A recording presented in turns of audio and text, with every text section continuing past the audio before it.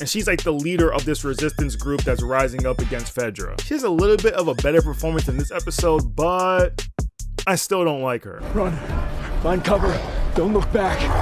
The Giga Man, what are you doing? Because I feel like in this moment that Ellie found her purpose.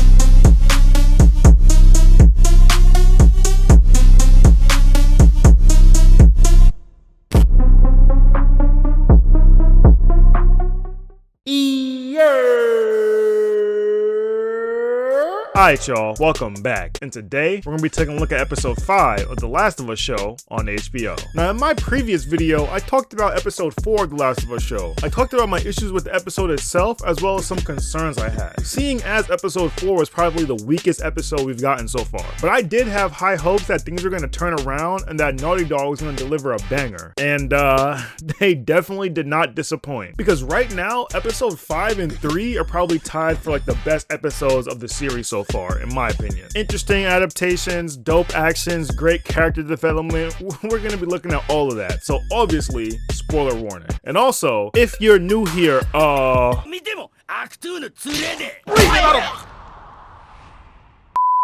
forget to subscribe and hit the notification bell to stay up to date with me so you don't miss any future videos. Thanks for watching, and I hope you guys enjoy. And without further ado, let's get it! So once again, this week's episode doesn't start with a cold open, but instead we get a flashback to Kansas City about 2 weeks before Joel and Ellie show up. And it's during this flashback where we see the resistance essentially rising up and overtaking Fedra. Now I know that Fedra is pretty f***ed up and shitty, and they probably deserved what was coming to them, but... Ooh. Ooh. Oh! Now, while the resistance is overtaking Fedra, Henry is on the run with his brother Sam. And it's during this flashback that we learn another one of the show's adaptations, in the form of Sam now being Death. Wait, did they make Sam Death? Now, in my previous video going over episode 4, I talked about how I was a little bit concerned with how the show was going to handle Henry and Sam's character. Because in the show, Henry and Sam are younger than they were in the game, and because they were younger, I was a little bit concerned about their performance. More so of Sam's. Even from the literal one shot that we got of him in the last episode. And I had some people in the comment section saying stuff like, how can you judge somebody's performance by one shot? Now I'm gonna give y'all the benefit of the doubt and assume that y'all don't know that I work in the film industry. So I literally direct, shoot, and edit video for a living. And one of the main parts of my job is to be able to get the best performances out of people, as well as pick the best takes and performances while I'm editing. So I definitely have a different eye from like the average show watcher. And I don't know what happened. I don't know if that was the best take they had, or maybe they didn't use the best take for the end of the episode, but I don't think that the shot that they decided to show at the end of last week's episode was very good. So of course I was a little bit concerned, but I'm happy to say that I was wrong, and Henry and Sam did an amazing job in this episode. But anyway, we get to see a little bit more of Kathleen's character in this flashback, and she's like the leader of this resistance group that's rising up against Fedra. She has a little bit of a better performance in this episode, but I still don't like her. Like I said before, I get the character that she's supposed to be, but she's just not giving that like badass ruthless leader to me, but she's giving more of like a TJ Maxx daytime manager. Anyway, Henry meets up with a friend of his, a friend who we saw get smoked in the last episode, and they found a place to lay low for a while. And it's during this sequence where we get a lot of really nice interactions between Henry and Sam, which was bittersweet. Ah! I already know what's coming and I hate this. Because as a person who's played the game, I already know how Henry and Sam's story ends. But like I said, I really do like the interactions during this sequence. I like the whole like Henry painting like the superhero mask onto Sam's face so that he can like overcome and like cope with like the fear that he's feeling. Those are some nice interactions. But like I said, like I already know how this story ends, so don't make me like these characters more than I already do. But anyway, they eventually run out of food and decide they're gonna leave. And as they're leaving, they're stopped by commotion, and that commotion just happens to be Joel and Ellie barreling into Kansas City getting ambushed, which we saw in the previous episode. And from what we see here, Henry deduces that Joel will be able to help them escape Kansas City. So he tails them all day to where Joel and Ellie decide to spend the night, and they sneak past Joel's amazing alarm system. It's so amazing it didn't even fucking work. And then we're caught up right to where we left off in the last episode. Overall, I did like them fleshing out Henry and Sam's story more in the show than they did in the game, but I was a little bit on the fence about it, but I did end up liking it in the end, as I kind of had a feeling I was. Now, Henry and Sam eventually let Joel and Ellie go, and they explained to them the predicament that they're in. Welcome to Killer City. No, Fedra. Not as of 10 days ago, no. You always heard Casey Fedra was... Monsters, savages, raped and tortured and murdered people for 20 years. You know what happens when you do that to people? The moment they get a chance, they do it right back to you. Now, Henry has a plan to get out of the city, but he needs Joel and Ellie's help to do it. Highways, downtown. They got people posted all around the inside perimeter. If we get close, we get caught, no question. So how do we get across? Everyone thinks that it's full of infected, including Kathleen. You see, what I know is, it's empty. And it's also during this segment that we learn why Henry is on the run from the Resistance in the first place. And it turns out that he was a collaborator with Fedra, which Joel doesn't really like. I don't work with rats. Yeah, you f***ing do. Today you do. So eventually they make their way into the tunnels, and we're treated to some parallel segments from the game to the show when we find out that there are people who actually lived in these tunnel systems. During this moment, we get some cool bonding moments between Ellie and Sam, which I was slightly concerned that they weren't going to pull off because of, you know, the age difference, but they did. And we also get to see the fictional comic Savage Starlight from the game make it into the show, and we get to hear the famous line, "Endure and survive." Hey. And it's also during this section where we learn the real reason why Kathleen is so horny for Henry. You know, I wasn't exactly telling you the truth before. There was a man, a great man. Let me guess, it was Kathleen's brother? Sam. He got sick. Leukemia. There was one drug that worked. There wasn't much left of it, and it belonged to Fedra. And if I wanted some, I was gonna take something big, so I gave them something big. Kathleen's brother. That one great man. Damn. So not only is Sam deaf, but he also has cancer. As if I didn't already feel bad enough knowing how his story ends. But nah, let's add a disability and fucking cancer on top of that. Thanks, Naughty Dog. But one quick thing that I did like was how they showed how Henry was pretty remorseful about what he did. Still think they should take it easy on me? Or am I the bad guy? The answer's easy. I am the bad guy because I did a bad guy thing. Now you were surviving, bro. Because I've been saying this thing since part 2 dropped when it comes to like characters in the Tilu universe, where there's rarely any purely good or purely evil characters in this universe, but instead just people who sometimes do good or bad things to survive. And Henry is no exception to that. And nothing epitomizes that more than the next scene we get in the show, where we see Kathleen reminiscing about her now dead brother who Henry turned in. And then Kathleen says this. The last time I saw him alive, in jail, he told me to forgive. So even her own brother understood that Henry was just doing what he had to do to survive. But even then, Kathleen can't reconcile with that. But eventually, Joel and them make it out of the tunnels and they're almost home free until they get pinned down by a sniper in the suburbs. Which is a segment from the game that I'm glad that they kept, but it ultimately kind of felt a little flat in the show. Cause Joel pretty easily flanks this sniper who just turns out to be some old dude and then just walks up on him and... Please don't do it. Please. Now it turns out that this old guy was actually communicating with Kathleen, and her people show up pretty quick. And after a quick shootout, Henry, Sam, and Ellie are both pinned down. So they're pretty much f***ed, and Henry decides to sacrifice himself to save Sam and Ellie. But Kathleen is still like, nah. But right before she smokes them, the climax of the episode begins.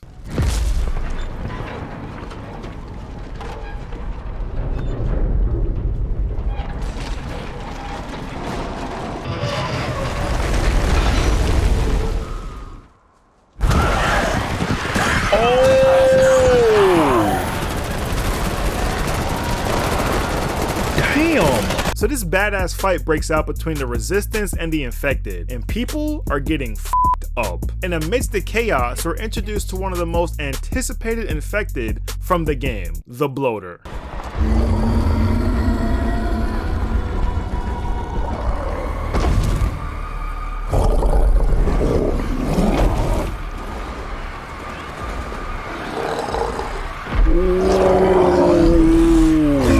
This encounter was so fire. Like, just the sound design alone was next level. Oh, and Jeffrey Pierce, you're my mans, and I f***s with you, but you dumb as hell. Run. Find cover. Don't look back. The Giga Man, what are you doing?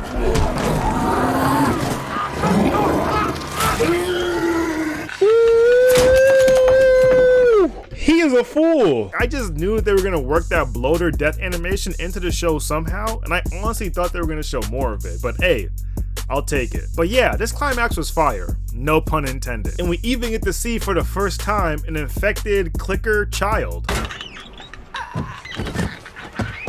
Oh, she doing gymnastics. But during all this, Henry and Sam get stuck underneath a car and Joel and Ellie come to the rescue. They're almost scot-free, but then Kathleen catches them before they can get away. Stop! That child clicker from before shows up and... yeah, I'm not gonna cap. I'm glad that is dead. But yeah, Joel and them eventually get away and find shelter for the night. And after all that they've been through, Joel decides to invite Henry and Sam to join them on their journey to Wyoming. Which, of course, Henry accepts. Yeah, I think it'd be nice for Sam to have a friend. I'll tell him in the morning. New day, new start. But yeah, Sam and Ellie continue to bond, and they begin to have a little bit of a heart-to-heart. And it's during this exchange where we find out that Sam was actually infected during that big fight that just happened. Now in the game, Sam keeps the news that he's infected to himself, but in the show, he decides to tell Ellie, which I'm pretty sure that the show made that change intentionally. And I have my own theory / interpretation for why the show decided to do that, but we'll get into that in a second. Now Ellie, upon learning that Sam is infected, reveals her immunity and tries to help Sam. Blood is medicine. Now, what is she doing? What in the... what? Huh? I don't think that's how that works. She agrees to stay up with him to see if her solution works, but the next day comes and, well...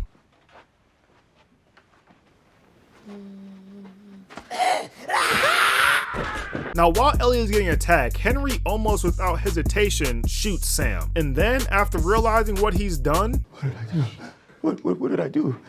Give me the gun. Give me the gun. Henry, no!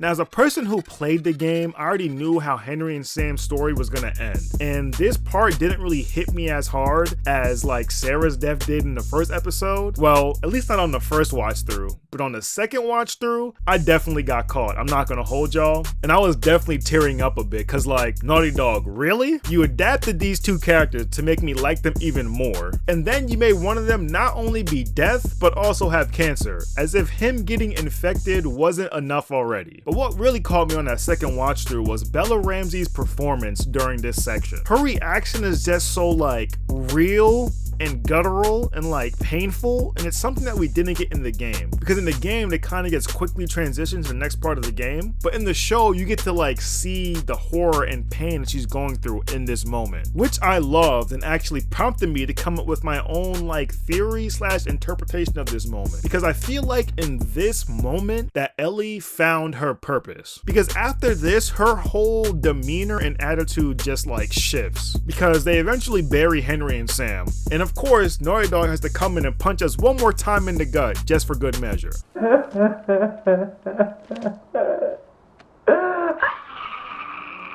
And like I said before, like her whole attitude has kind of shifted. Which way's west? Let's go. And I'm interested to see how this develops during the next couple of episodes. Now here's my interpretation and my theory that this is the moment where Ellie found her purpose. So spoiler warning for anybody who hasn't played Last of Us 1, 2, or the DLC from the first game. You have been warned. Alright, so I feel like Naughty Dog was very intentional on making these two adaptations. The first being that Sam reveals his infection to Ellie, and the second being us seeing her reaction to Henry smoking smoking himself, as well as like the whole burial scene. Because with the first adaptation of Sam revealing his infection to Ellie, we get to see for the first time Ellie tried to actively use her immunity to save someone. And I'm talking like pre-Tilu Part 2, because in Part 2 she does use her immunity to eventually help Dina escape that subway system full of infected. But in the first game, I'm pretty sure that we've never seen her like actively trying to use her immunity to save someone. And like, even though her method was kind of goofy in the show, it at least showed that she was aware that she had the capability to save someone. And now to the second adaptation of them showing us Ellie's reaction to Henry smoking himself in the burial. I think a reason why I thought this reaction was so powerful was because like with Bella Ramsey's performance, like looking at her face, you can literally like see the gears turning in her head. Like she's seeing firsthand how the infection affects somebody not only physically, but also emotionally and mentally as well. And I feel like Naughty Dog intentionally showed her putting that notepad down to show that like she feels personally responsible for Henry and Sam's death. Hence why she's saying she's sorry. And if you remember at the end of Part 2, when Ellie is talking to Joel, she says, I was supposed to die in that hospital. My life would have f***ing mattered. But you took that from me. So like I said, I feel like Naughty Dog was very intentional with these adaptations, and they wanted to kind of show us the exact moment when Ellie figured out what her purpose was. And I'm interested to see how they kind of flesh that out in the rest of this series, as well as season 2 of the show, which has been confirmed. But hey, I know I'm probably reaching, but that's just how I interpreted things. But yeah, that was episode 5 of The Last of Us show on HBO. Like I said before, this is probably one of the best episodes of the series so far. And like my current like ranking of the episodes kind of goes like, I got episode 3 and episode 5 kind of tied right now. And then I have 2, 1, and then 4. Let me know what your episode rankings are down in the comments. Now when it comes to my favorite part of this week's episode, of course that climax with that bloater scene is up there, but also Henry and Sam's final scene was pretty dope too. Because like I said, Bella Ramsey's performance was fucking amazing. Let me know what your favorite part of this week's episode was down in the comment section below. But yeah, how do you guys feel about this week's episode? And also, how do you guys feel about my interpretation / theory? Am I reaching? Do I have a point? Let me know down below. But yeah, that's pretty much it. Thanks for watching, and I hope you guys enjoyed. And if you want to see more, like this shit. Oh yeah, and one time for the one time, let me get a ear.